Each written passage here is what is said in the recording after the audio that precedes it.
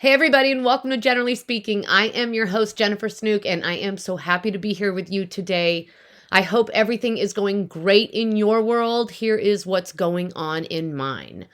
So I'm on week 3 of Salon Mom at 901, and I just have to say it has been just such a pleasure. I have enjoyed every second of it. Every single stylist, assistant, everyone has just been honestly so incredible, so warm and patient with me. I mean, there is a lot to learn, but everyone has been so warm and welcoming, and it's honestly been a complete joy. So I am just thrilled about it. Let's see what else. So hello, Super Bowl. My Niners are in the Super Bowl. I mean, I am so jazzed. I'm freaking so excited about this, you guys. I mean, it is taking me everything I can not to drive up to the Bay to be with my family, but I'm not going to do it because I have to be up there the following weekend. So that means we're staying in LA, which means that now I have to decide where I'm going to watch it. You know, do we go out and watch it or do we watch it in? And I mean, that's kind of always the question, because out, if you find the right place and the right crowd, I mean, it's such a fun environment. It's so great to just, be with like-minded football folks on the Super Bowl, but it's also so great to just kind of not be with like-minded football folks, because then you're just in the sanctity of your own home. You can play it at whatever level you want. You can surround yourself with whoever you want or don't want. You can create your own menu. I mean, there's pros and cons. So right now I'm on the fence, you guys. I don't know where I'm going to be watching this game, but I promise you I will be watching it. And I can also promise you I will be cheering louder than anyone else wherever you happen to be watching it. Tomorrow I go for another 5-hour dental appointment. I have to drive 2 hours away for a 5-hour dental appointment and then 2 hours back home. So tomorrow, while you're doing whatever you're doing, you can think of me and just be glad that you're not sitting in that dental chair with me, because I'm going to tell you something. After the last one, honestly, I think this is the 4th one. And after the last one, I was so sore after being in that chair all day with my mouth open. You can imagine I can't even tell you how many shots, probably 12 shots, that big needle they stick in your mouth and it looks ancient, and you can see the big metal and they just keep cranking down and you feel it sliding over your lip. I'm telling you, I couldn't feel my face until like probably midnight that night. But this whole dental reconstruction and kind of investigation has all been in part, not really in part, in entirety, to hopefully get to the root of whatever tripped off this autoimmune process in my body. And yeah, we were really hoping that initially taking the amalgams out, I had a bunch of implants, and my autoimmune correlated to the introduction of those implants to my body. So right after I got the implants, I started getting sick. And so just in trying to unwind, where it came from, it seems to only make sense that the dental implants, probably maybe had something to do with it. So, it's been, do we remove the implants? Anyway, it's been a journey. It's been a huge, long journey. I have 5 more hours of that journey tomorrow, and we just keep plowing through because, until we figure it out, we keep trying, and that's just the way it goes. So dentist tomorrow, and let's see what else has been happening. There was yesterday. So yesterday I got some backlash, you guys. I got probably more backlash than I've ever received since my voice went public. yeah, I did a video. About the fact that Caroline Manzo is suing Bravo and Shed Media and somebody else. I can't remember. Bravo, Shed Media. Oh, and Peacock. But not Brandy. She's not suing Brandy, but she's suing those three very deep pocketed production companies. And so I did a video talking about the fact that I didn't think that what I read was an accurate portrayal of actually what happened, just because of other circumstances. But Caroline has filed this lawsuit, and when you read the report, it reads, if you're just going to take the words at face value, it reads not well. It does not paint a very good picture of what happened, except we have to remember that that is only one side of the story, Caroline's side of the story.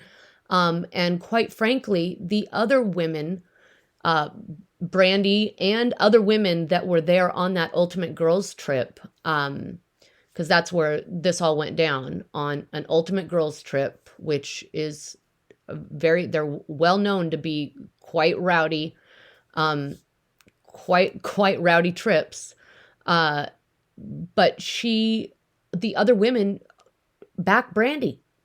Brandy swears to God that this is not how it went down.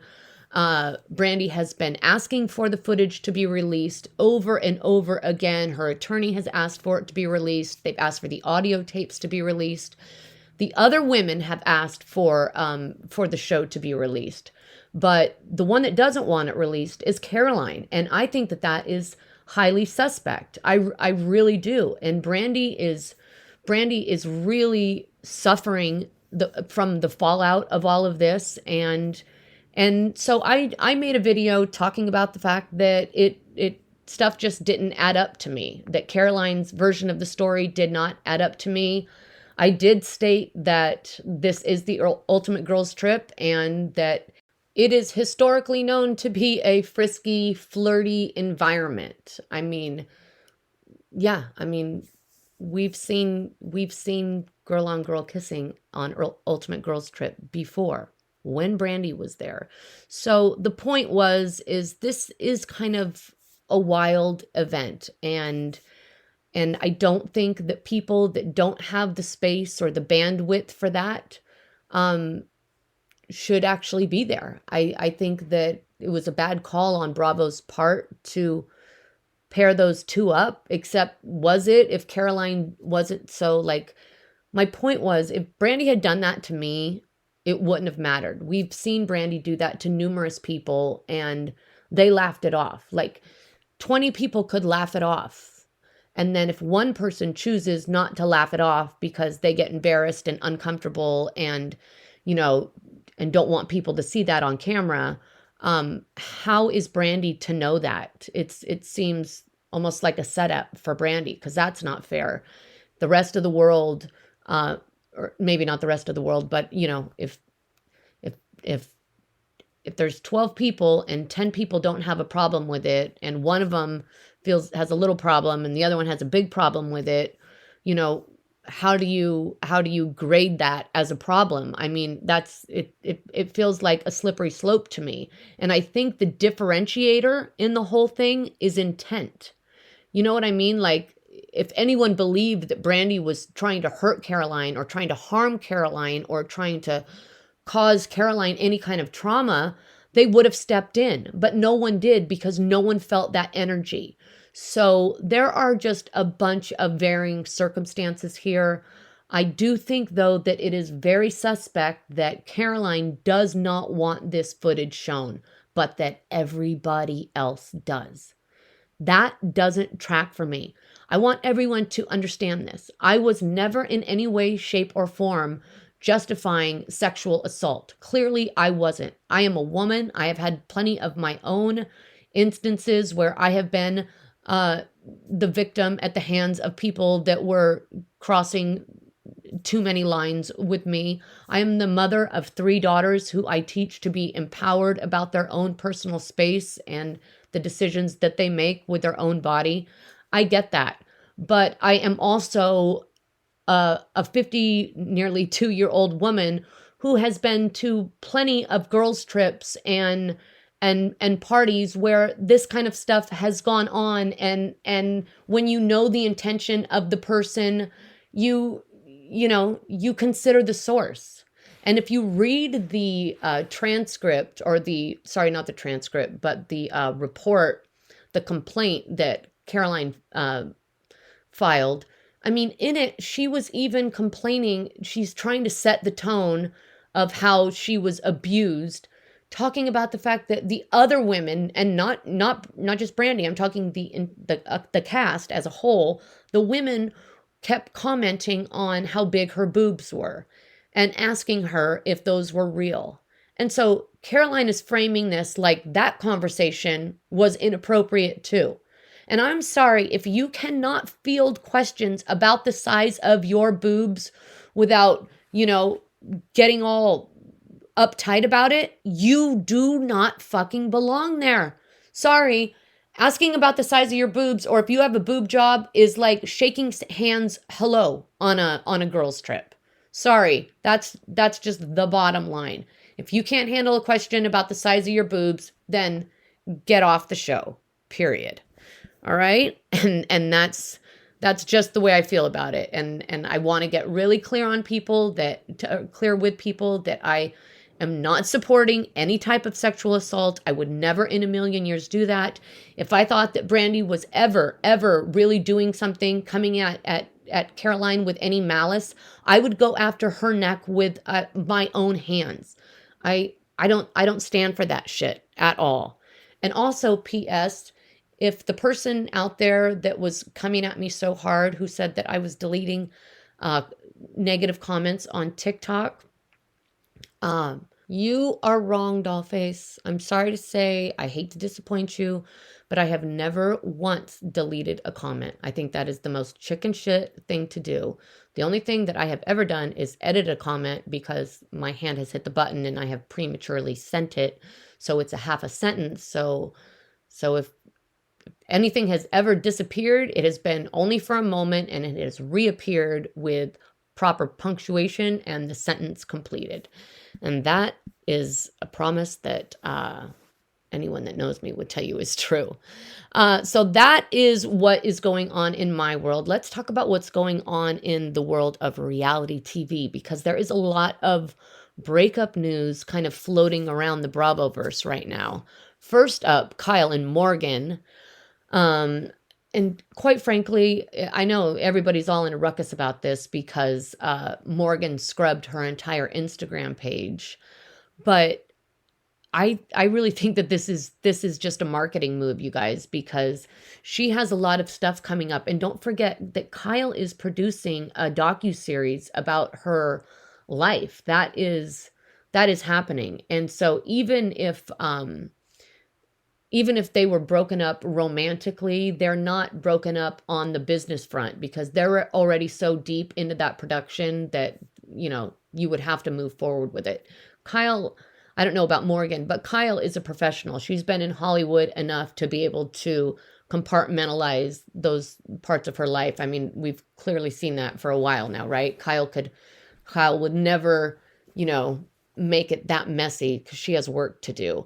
I mean, plus, if you really think about the fact that they're both still following each other, and Morgan does have 2 things up on her Instagram that she has just recently posted, and when she posted them, they both got a big thumbs up from Kyle. So they are definitely not on the outs. I think the only reason that Morgan scrubbed her page, and even Kyle's semi-scrub, happened just to make us talk about it, quite frankly, because she has big projects coming up. And no, I think they're just fine, those 2.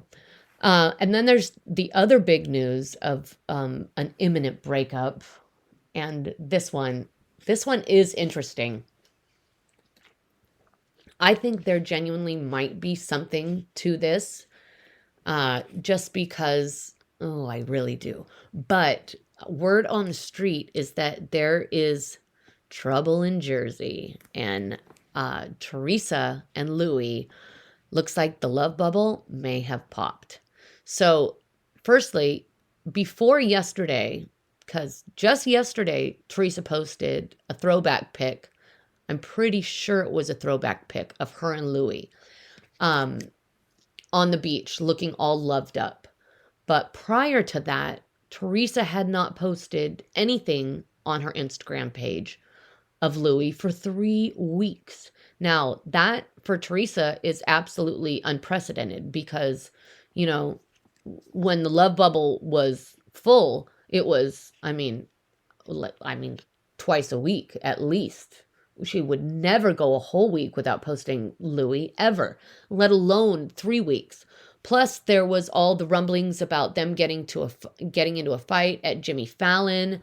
She's been on the promotional circuit for the show, and he hasn't been showing up to her gigs with her. And also, here's the other big topper.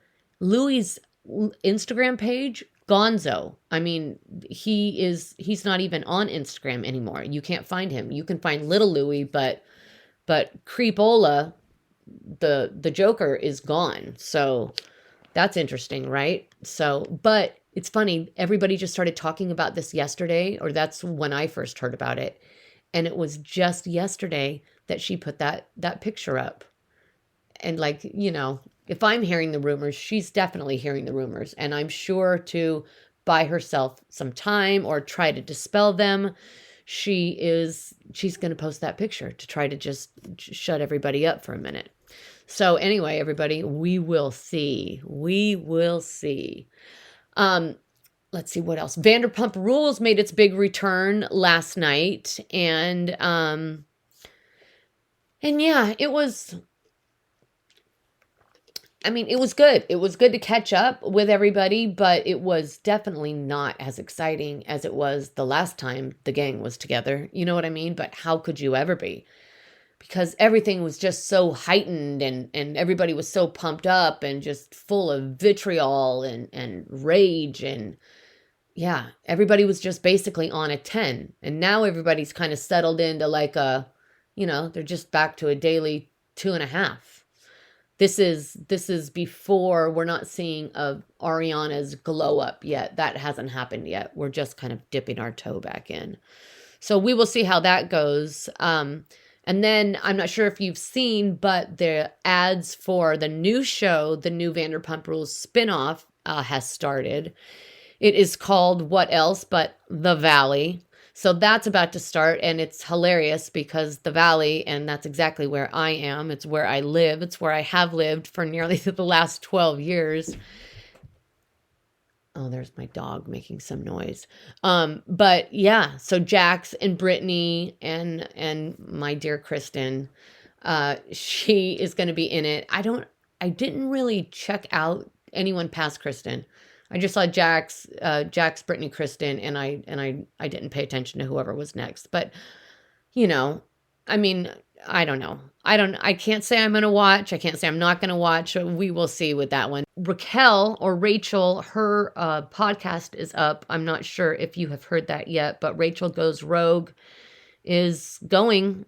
It's going. I don't know where it's going, but it is going, and good for her. I heard Lala say on Watch What Happens Live that she probably would have rescinded that call that she made to her had she known that Rachel was going to go forward with a podcast. She said that she only reached out to her because she envisioned her going off and living a completely private life, like bagging groceries at a Vons somewhere. And she didn't want Rachel to be haunted by what she did. So that's why she made that move. But she says that in retrospect, in hindsight, had she known that she was going to start a podcast talking about her whole Vanderpump experience, then she probably would not have made that call. Anyway, you guys, it is time for a quick break. But when we come back, we will recap Potomac. We will recap Beverly Hills. And we will recap that long-awaited return of Vanderpump Rules in our weekly reality check.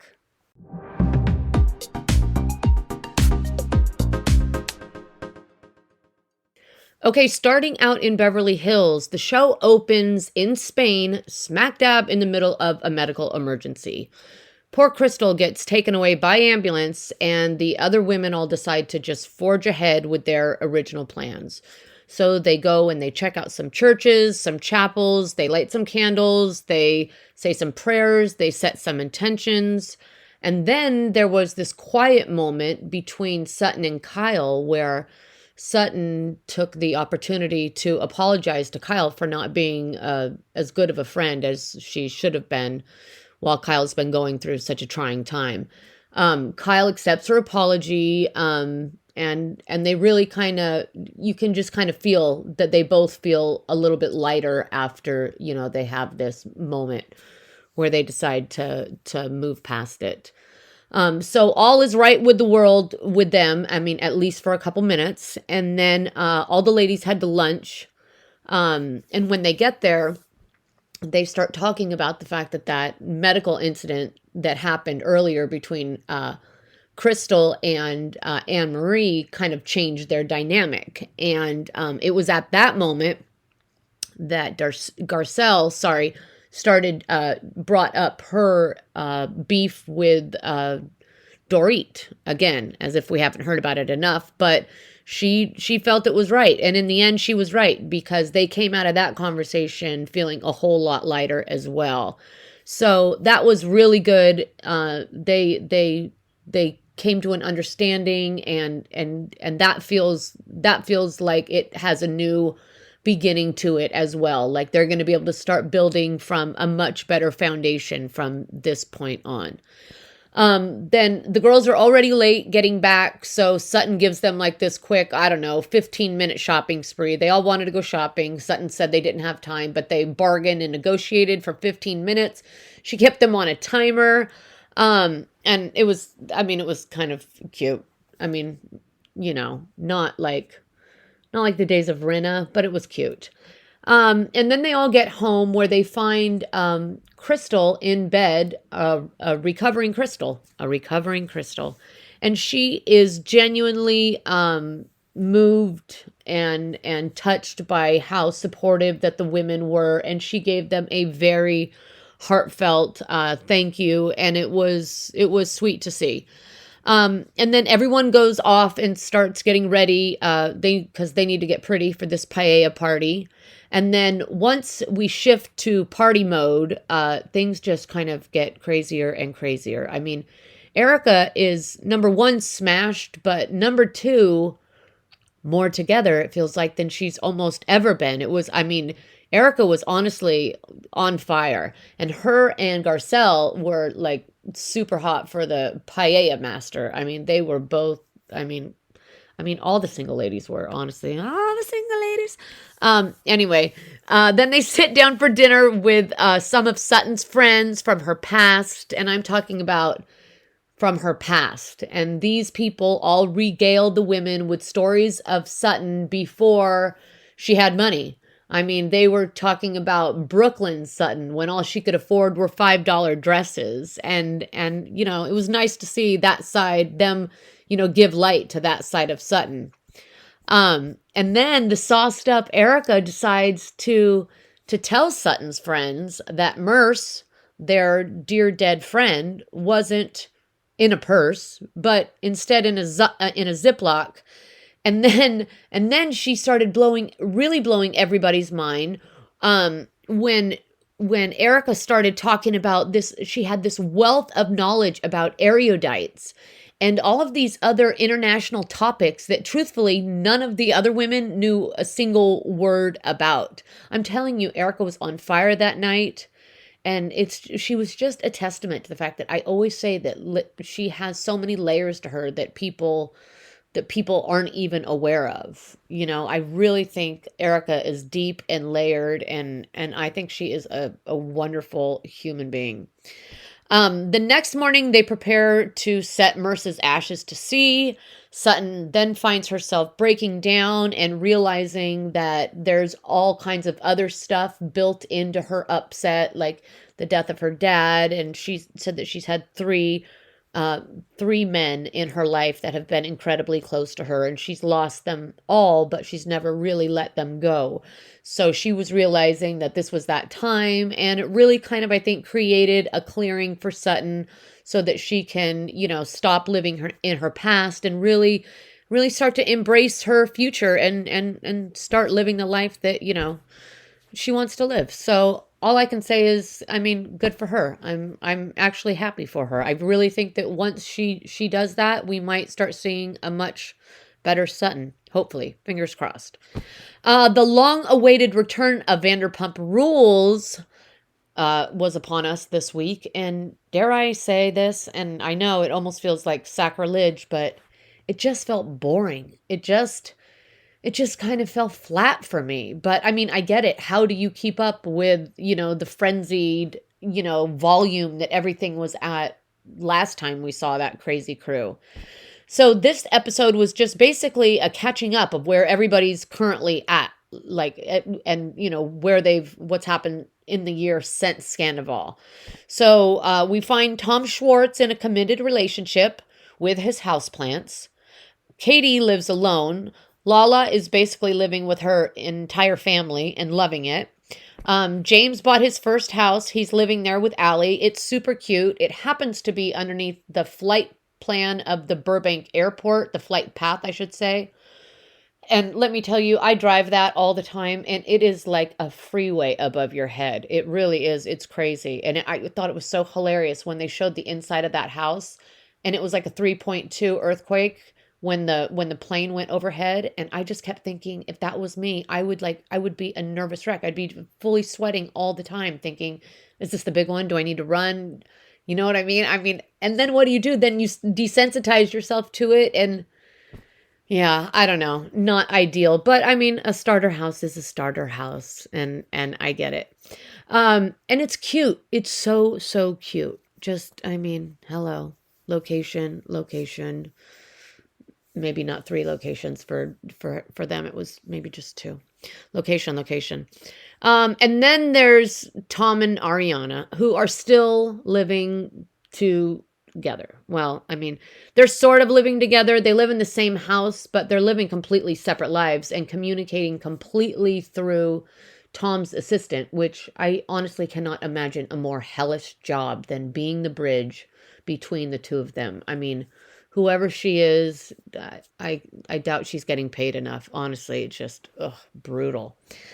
We see the girls, we see Ariana and Katie trying to get their sandwich shop, something about her, off the ground. But given what we know now, I'm not sure that's ever going to happen, given how, I mean, at least for a while, given how busy Ariana is, with that new gig she has, which I think, I mean, this is her time. You don't know, she's got to strike when the iron's hot. You can't say, no, sorry, I'm not going to go be Roxy Hart on Broadway in Chicago because I have a sandwich shop to open. It just, you have to grab the opportunities when they present themselves to you.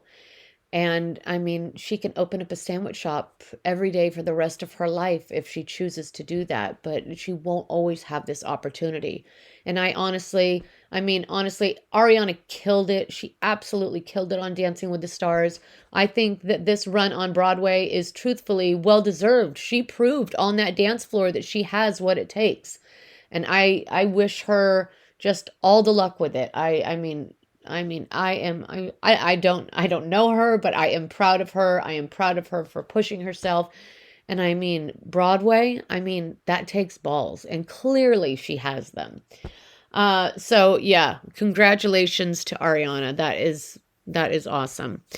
On the Real Housewives of Potomac, the show starts out this week with Wendy and her husband waking their son up at 4:30 a.m. for his birthday surprise. And I mean, don't get me wrong, I really do love an early morning birthday surprise and little mini in-bed celebration to start the day. But 4:30 a.m., I mean, if that's what it's like every year, if I was that kid, I'd start hating my birthday. That is just, let the sun start to rise, for God's sake. Then we cut over to Giselle and Ashley picking out designs for their new athleisure wear. which I gotta say is, honestly, it's kind of hilarious. They have named it GNA, you guys. G for Giselle, N for like Anne, Ashley. GNA, not DNA or GMA, but GNA. And I mean, could we not have come up with something just quite so? I mean, it's like no one has an imagination. GNA. Anyway. Giselle goes on to describe it as a mix between Lululemon and Rihanna's Savage line. Well, we will see. But I mean, here's to them for diving in and going for it. You gotta give them kudos for that. The name needs help. The name definitely needs help. But you go, girls. We learned that Wendy's husband, Mr. Happy Eddie himself, is making his way into the weed business. And I honestly have to say, I think Happy Eddie is such a great name for a cannabis line. I mean, I love it. It's perfect. It's simple, sweet, to the point. Everybody wants to be happy. The Grand Dame and Ray then go out to eat, and this was just too much for me. It just happened to be happy hour while they were out. But Karen won't let Ray order off the happy hour menu because she thinks that indicates someone who's cheap, and she doesn't want to think that her husband would be taking her out and ordering off the cheap menu. So basically, she doesn't let him. She makes him leaf over to the main menu, where it proves that you actually love your wife. Then Karen invites the women to Surrey County to bless her grandmother's home. Well, she didn't invite all of them. She invited most of them. She invited Candace and Wendy, and because she invited them, Giselle dipped out completely, which Giselle says there's no moving forward with those women. But I don't know. I don't think you can say that in reality TV, because then it compromises the quality of the show. If you're not gonna, people want to see growth. People want to see you get through things. You can't just stonewall a situation. It just doesn't work that way. Anyway, after that little shakeup with Giselle not coming, Karen then changes the guest list and sends out last-minute invites to all the girls for the next day, you guys. This event is the next day. All the ladies show up except Mia, who is pissed about the last-minute invitation, and Giselle. And in the Sprinter van on the way to the farm, there is major tension between NECA and Wendy. But NECA extends herself and invites Wendy to an upcoming event that she's going to be having. And Wendy just kind of blanks her, just kind of doesn't give her a response, just kind of acts like she doesn't even hear her.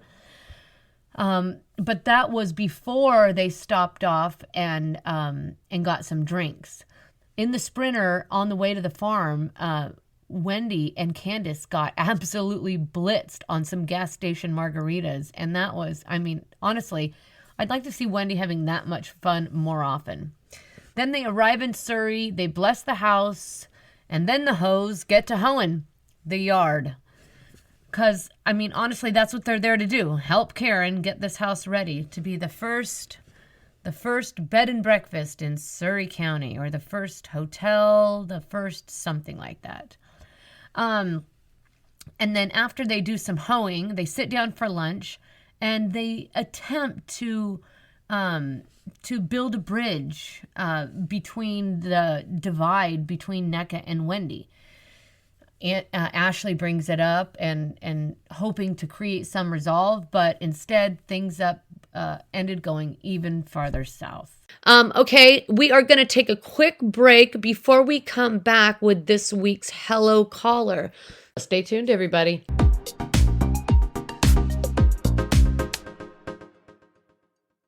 Welcome back. It is time for Hello Caller, where I call a friend who's also a fan of Bravo so that we can talk about what's currently hot and happening in the Bravoverse. Today we are calling my Christy. Let's get my girl on the line.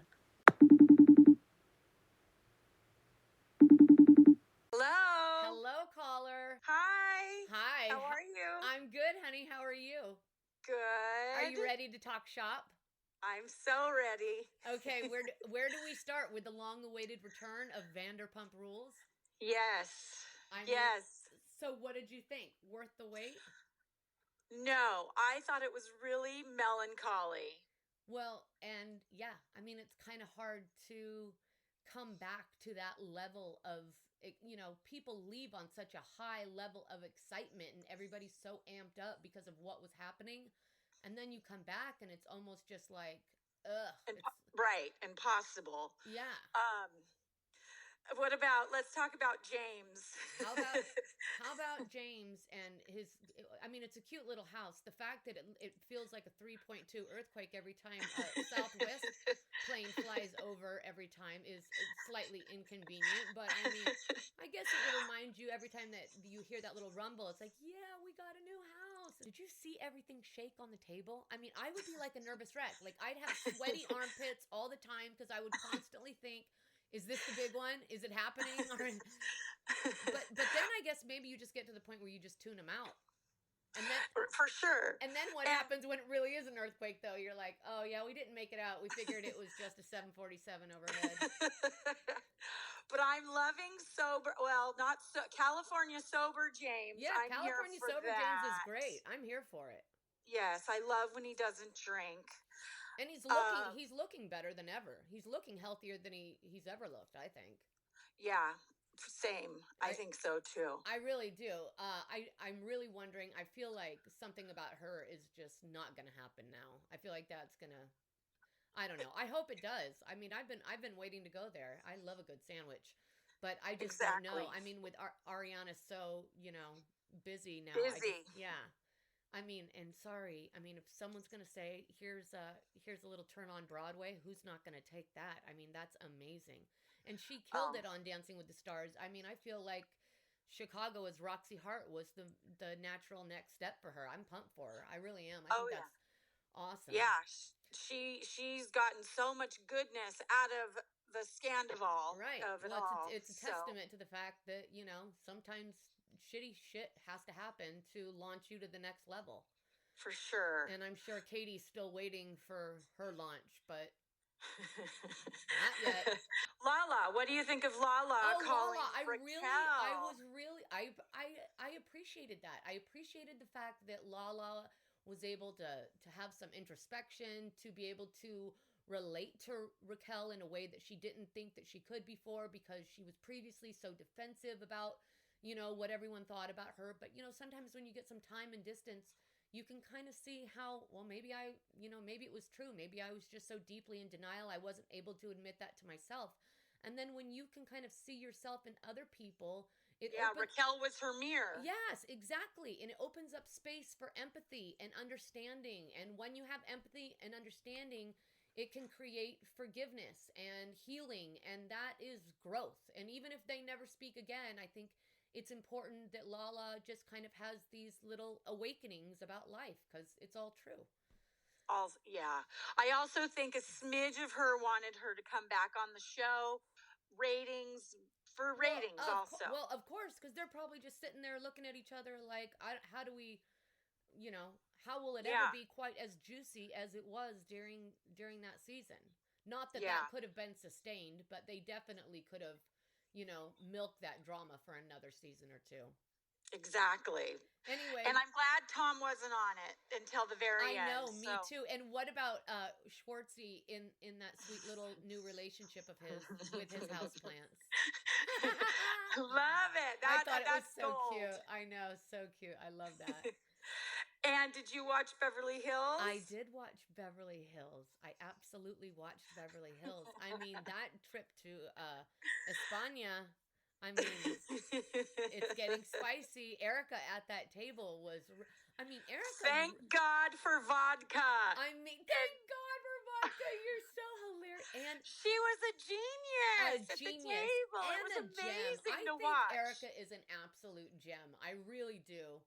Same. I think she is layered and so much deeper than people give her credit for being. I think she is amazing. I really do. Yes, and watching a her very was, resilient bitch, and I love a resilient bitch. I applaud her every episode, but this I one gotta was say, great. I do miss the old crew a little bit. I feel like if Rinna was in there right now, it would be, I don't know, it would be a completely different show. I don't know, right now it feels a little, I don't know, I don't know. Yeah, it's, I Just know. missing a little edge. All of this, I feel like everyone's a little bit always pandering to everyone's. My feelings Well, are hurt, and I feel like Crystal's. the Crystal and the Anne Marie thing, I'm so glad it's over. I'm so glad it's over. Yeah, Esophagate. all of it's done. Crystal had to go to the hospital, and it all came around, and now they're great. So yeah, and now they're I'm great. glad for that. Oh, With Dorit. her angst with Dorit. Yeah, but I mean, listening to how Dorit was brought up and had to move, um, and her and her brother were bullied as children for being And Jewish. it's just a testament to no matter how someone presents themselves today, you have no idea what their yesterday was like. Exactly. And you just don't. But anyway, I thought it was a good episode. I gotta say, I do kind of crack up at the Erica and the Garcelle of it all. Them and their whole, they're ready to I don't know, lock a handsome dude in a room with the two of them. And I mean, I love it. It comes up quite often, quite frankly. Every time they have an opportunity, they're like, "Hey, you, me, and him later." I'm like, "Oh God, is this gonna happen one day?" I'm here for it. Little Storm. I know. Little hot chef Storm and his handsome dad. I know. Is it the son or the father? The father. I say the father. Let's hope so. Wasn't that great? I mean, that whole scene of them out, the whole paella thing I thought was fun. It was nice to see, something other than a sound bath. For sure. I'll take a paella making class in Spain any day. With the ashes of Sutton. Oh, for the love of God. Sutton, hold on. What was it? Merce in the purse. Merce on the purse. Merce's ashes on the purse. And I felt like it was okay for him to be in a plastic bag. Well, I thought it was okay for him to be in the plastic bag too, but maybe like the transport, maybe the plastic bag could be in something like a purse or something so people don't have to go, "Hey, what are you carrying around, a piece of the beach with you?" No, right. No, this is my dead friend Merce. I will definitely say the MVP of the night, hands down, goes to Erica. I mean, she was just laying down the facts, and you could just see everyone's jaws just dropping. Like, what the fuck? It was amazing. I really was. It was so impressive. Yeah, just like you said, she's very layered, and I agree. She is.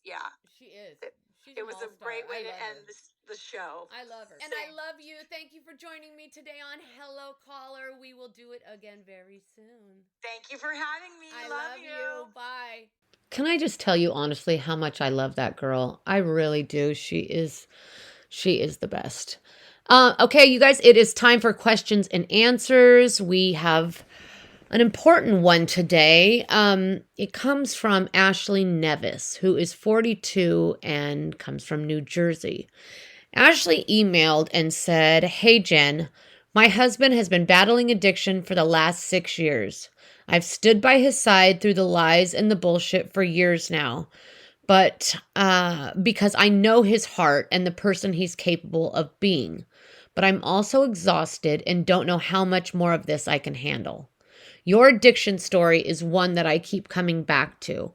I've played your videos to him over and over to prove what's possible.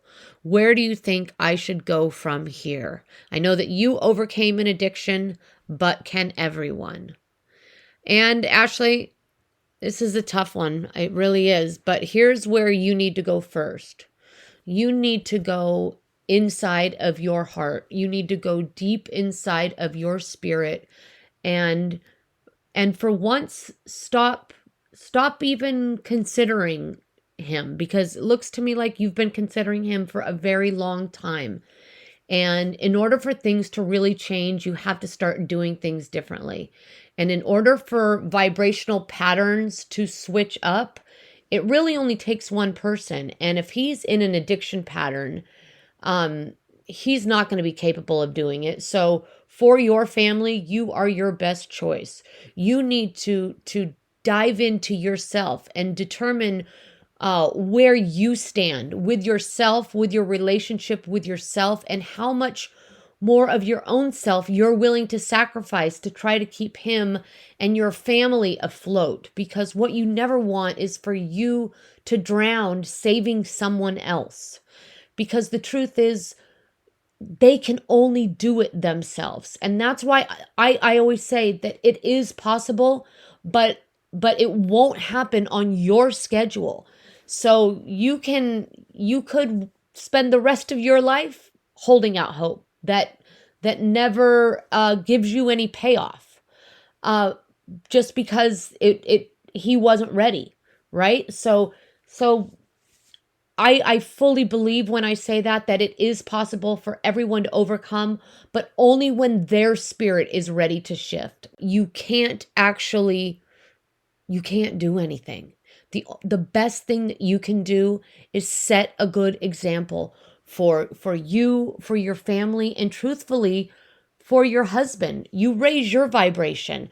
You stop worrying about changing him, and you just start pouring into yourself, and you start feeding your own spirit, and you start feeding your own emotional health, and you start really just filling yourself up, because that will switch up the entire vibration within your family. And that is your best bet. And have faith.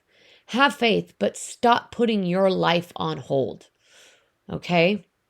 I know it's a tough one. It really is. But it is possible, Ashley. And I want you to know that your life, the quality of your life isn't determined by how long you stay married. The quality of your life is determined by how committed you are to yourself. Always remember that the most important commitment is the one that you make to yourself. You know, it's the old mask. You have to put the mask on yourself before you can help anyone else. And after a number of years, you'll find yourself depleted, and your spirit will be shot and exhausted, just like you say that it is. And you don't want that. So get in there and do the work on you. I promise you will not regret it. Anyway, you guys, that about wraps up this episode of Generally Speaking. But before we go, I want to just leave you with a little wisdom, a little nugget of knowledge for your knapsack of facts. And that is this. The parts of your life that hurt you are meant for you to learn from, not to live in. It's so important to remember. It doesn't matter what it was that hurt you. It doesn't matter how badly it hurt or even how tragic it was. You need to keep grounding yourself in gratitude and stop giving the worst parts of your life the most power over it. All right? All right, everybody. I've loved spending this time together with you. You can, if you wouldn't mind, I would love it if you could give us a 5-star rating. Feel free to leave a comment. Feel free to share us. Tell your friends about us. Give us a follow. That would be great. You can find me on TikTok at This Is Generally Speaking and on Instagram at The Jennifer Snook. All right, you guys, I've loved this time together. And until we are together again, stay rooted in love.